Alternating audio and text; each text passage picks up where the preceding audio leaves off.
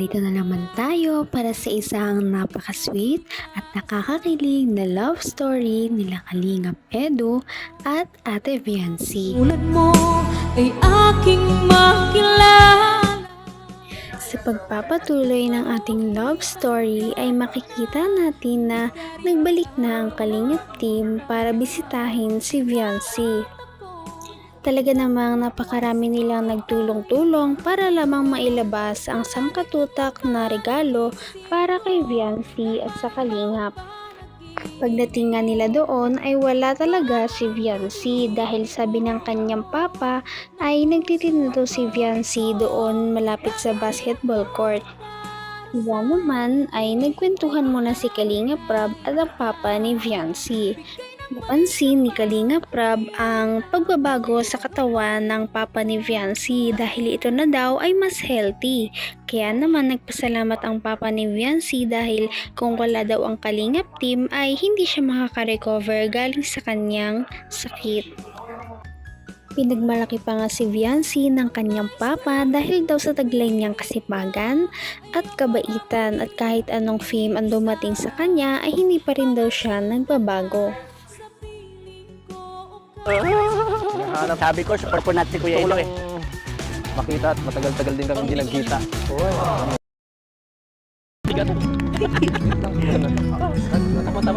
Saglit lang po, magulo.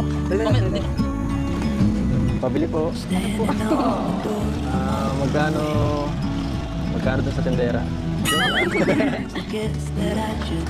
Init. Malamig po kayo. Pwedeng mag-utang. Palamig. Pwede ba dito ang utang? Libre lang po. Ay, libre. Grabe. Grabe, joke lang. Nakakahiya naman. Magkano dito? Hindi po, libre lang po yan. Libre lang. Baka malubigan yan. Para sa akin lang. Paano po kami? Kayo din po. Grabe. Yan na. Ang swerte natin. Nilibre pa tayo. Napaka-sweet talaga ni Kalingap Edu dahil kahit natirik ng araw ay dinayo niya si Viancy sa kanilang pwesto. At doon ay naabutan nila si Viancy na napakasipag na nagtitinda kahit na mainit ang panahon. Siya ay nagtitinda ng iba't ibang pagkain kagaya ng isaw, hotdog at iba pa, kasama na rin ang mga palamig. Maya-maya ay binigyan na ni Viancy ang Kalingap team at si Kalingap Edu ng maiinom, kaya naman nagpasalamat sila dito. Mahahalata talaga natin kung gaano na-miss ni Kalingap Edu si Viancy dahil ilang linggo na daw silang hindi nagkikita, kaya naman tuloy-tuloy ang kanilang pagpapakilig sa isa't isa. Mapapansin din natin na panay ang titig ni Viancy kay Kalingap Edu na para bang na-miss niya din ito. Ang nais ko laging Ang hirap. Kayo na po. Bakit mo ko hinahampas? Ang sakit. Mahiwagang tao eh. Banas kasi. Hindi ka dito nainitan? Yun naman po. Sige po. Inaabala niya ako. Asar mo nang tutuloy yun. Maganda ka. Namumula po kayo. Hotdog. Yan. Ito ano to? Fishball po. Fishball. Baka malagmula. Doon po muna tayo sa bahay. Ang init po dito. Okay lang naman sa akin kahit saan. Pagkatapos nga nito ay dumayo na sila pabalik sa bahay nila Viancy para naman mabuksan na nila ang iba't ibang regalo sa kanya ng mga sponsors. Napakamaasikaso talaga ni Viancy dahil kahit na pagod siya sa pagtitinda kanina ay inisikaso niya pa rin si Kalingap Edu pagkapasok ng kanilang bahay. ang dalawa. Palagi kang lamang. Maganti ka. Dinalaan kita sa bahay. Namiss mo ako. Sa tagal natin din nagkita. Namiss mo naman ako. Miss ko po kayong lahat. Ako lang tinatanong ko. Miss o miss na miss na miss. Hindi. Ako ka. Diyan na po tayo. Sige. Lalo kong gumaganda talaga.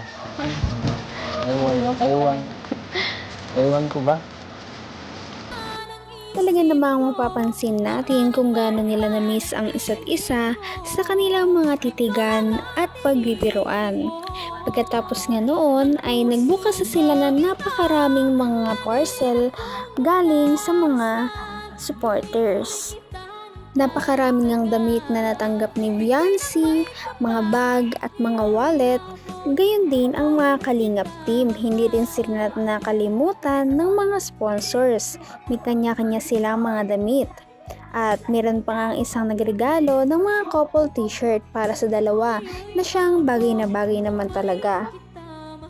Meron pang isang gift na nagpakilig sa lahat dahil ito ay isang bangle na nakalock at ang susi nito ay nasa isang kwintas. Kaya naman, sinuot ni Kalingap Edu ang bangle kay Viancy at nasa kanya ang susi.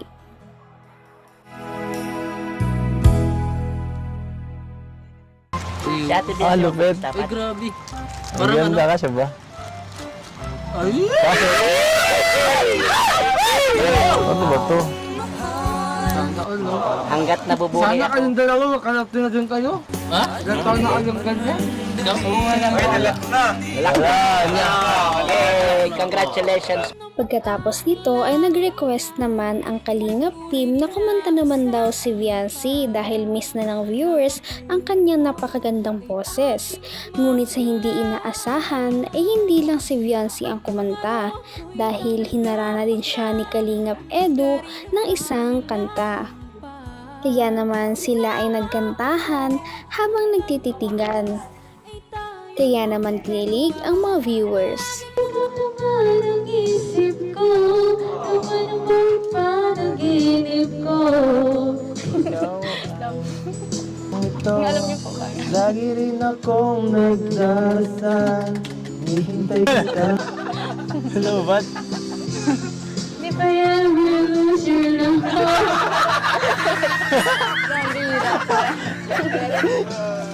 Everybody Ito ko umiibig sa'yo.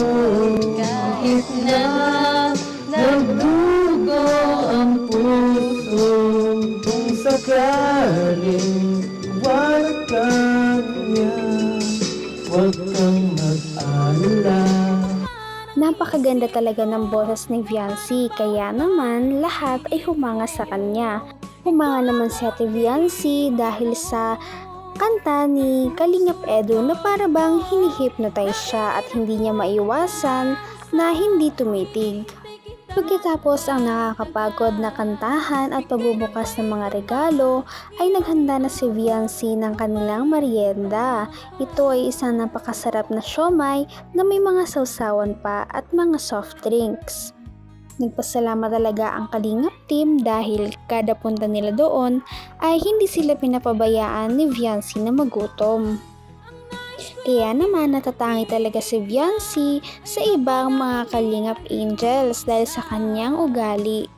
Kaya naman inuulan si Viancy ng mga suporta. So meron tayo ditong 35,000 pesos. Wow! 1,000 ito, meron tong paglalaanan. Ano? So unahin natin yung 5,000 para sa allowance ni Viancy. Yun, grabe. 1, 2, 3, 4, 5,000 pesos. Ayan. Wala nyo si tatay, wala no? Okay lang, okay lang. And 5,000 allowance mo, Viancy. And 10,000 para sa business nila, ano? Karagdagang puhunan. 1, 2, 3, 4. Ito, Viancy. Pang-open mo doon ng bank account. Kumbaga, start ng saving ni Viancy. Ano? Thank you po. Hindi ko na to, ikaw na hawak. Assignment mo to, dapat mag-open kayo ng bank account. Grabe naman ang 35,000 na binigay kay Viancy. Kaya naman parang pinipigilan niya na maiyak dahil na naman sa mga blessings na dumarating. Bukod sa 35,000 na yon, ay nadagdagan pa yon ng iba pang halaga galing naman sa iba pang mga sponsors. Talaga namang lubos-lubos ang pagpasalamat ni Viancy sa kanyang mga supporters na nagmamahal sa kanya. Kaya naman wala daw siya dito sa kanyang kinalalagyan kung wala ang kanyang mga supporters. At of course, dahil na rin kay Kalingap Edu.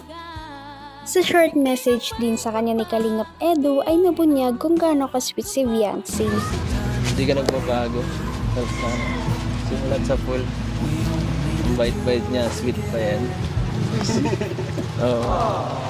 Pa-good morning lagi yan. Hira.